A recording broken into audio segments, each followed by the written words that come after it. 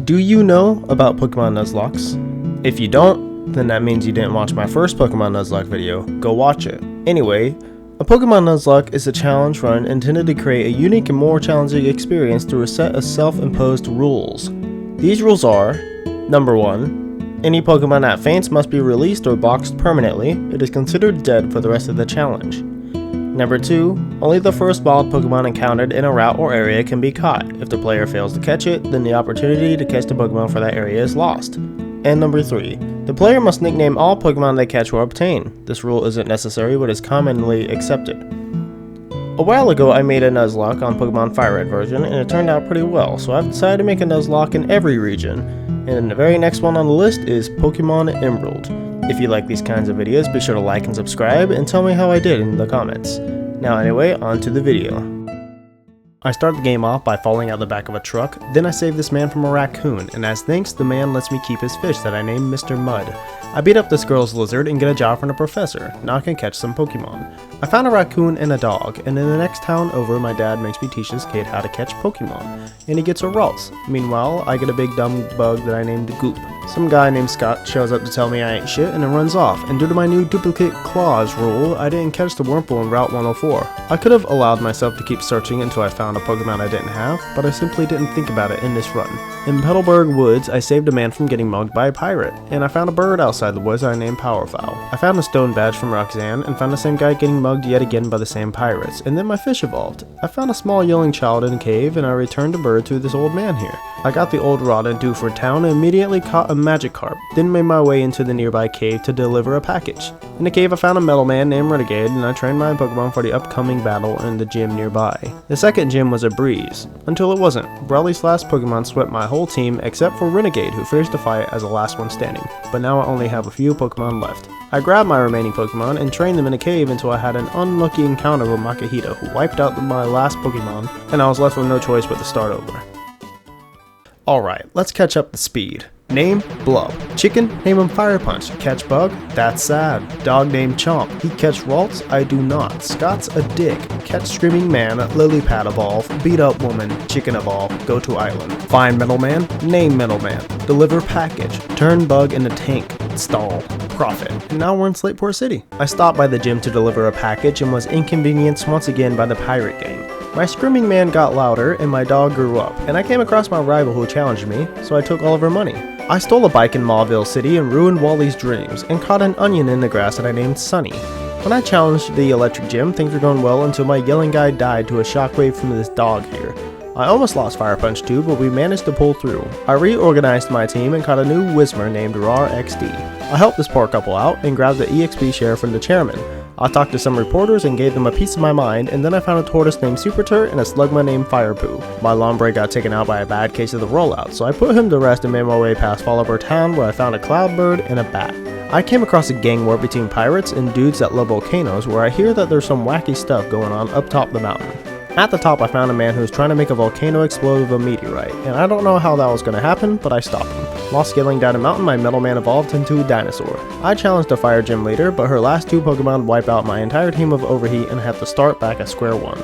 I pick up the old rod from earlier and catch me a Magikarp named Waterboy, and after a very long training arc I return to the fire gym and single-handedly win with Mr. Shaky.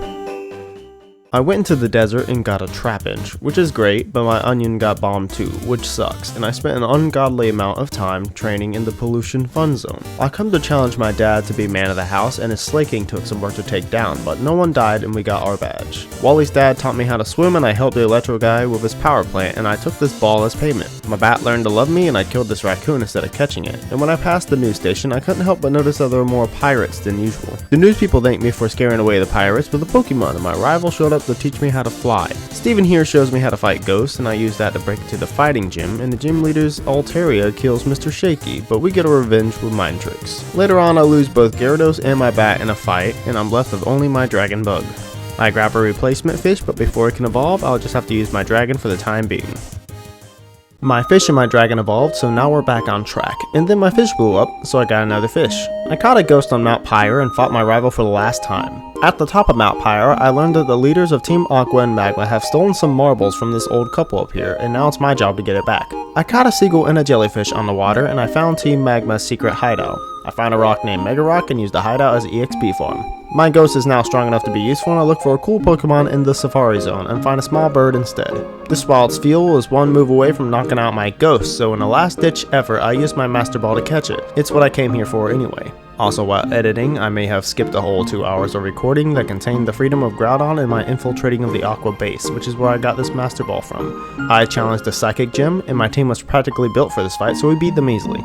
The space station has been taken over by Team Magma, so Steven and I helped take them out with no issues. I make my way to Team Aqua's second hideout and fail to stop them from waking up Kyogre. And now with both Groudon and Kyogre free, bad things start happening, and the only way to stop them is Rayquaza, who's chilling in the Sky Pillar. So after spooking him out of his house, Rayquaza asserts his Sigma male dominance over the other two and they back off, saving the world. And with everything taken care of, we can now fight the water gym. I can take care of the puzzles pretty easily in this gym, but I also like the money and experience. And once everyone else is defeated, I can take care of the gym leader, and I beat him with moderate struggle, no one died. I used my new waterfall powers to enter Victory Road, where Wally challenges me with more than just a Ralts this time. I still beat him rather easily and continue on through Victory Road. There isn't really much to say about Victory Road other than it's a cave with strong trainers, and once I made it out of the cave, I walked into the building of the Elite Four, and I walked out, cause like hell am I ready. I do a bit of Pokemon fetch quests and some mild gambling, and then I learned about this infinite money glitch called Beat Up the Press, which gives you both levels and money to prepare for the final battles ahead. I may have hit raw XD with some friendly fire during the grind though. I grabbed a claw fossil from the Mirage Tower in the desert, and one excruciating training arc later my team is now ready, if not overpowered, for the Elite Four. The first of Elite Four is a Dark-type trainer named Sydney, and the entire fight consists of my Gyarados stacking Dragon Dance and wiping out his team with Thrash, but I can't use the same strategy on the next fight with Phoebe and her Ghost team. That fight I win with a combination of Crunch and Ice Beam.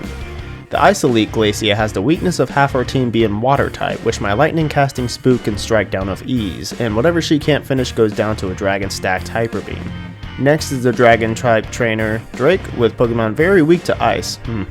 Now how should I get rid of them? Last was the champion Wallace, who specialized in water Pokemon that my Spook unfortunately couldn't keep up with, and she fell to a rain boosted Hydro Pump. But lightning can in fact strike twice, and my Gyarados takes the cake with the overstacked Thrash attacks and a Hyper Beam for good measure. And just like that, we beat Pokemon Emerald as a Nuzlocke, and so easily too at the end, which makes me worry. Did I go too far with the leveling here? The end may have been a sweep, but the journey absolutely wasn't. I think I could safely say that Emerald was a much harder game than Fire Red, which is ironic because I lost at the end of Fire Red. If you made it this far, thank you so much for watching. Videos like these take a lot of time to make for an amateur like me, but I have fun making them. And if you enjoyed the video and you'd like to see others like it, be sure to like and subscribe to show support. Thank you for your time and have a great day.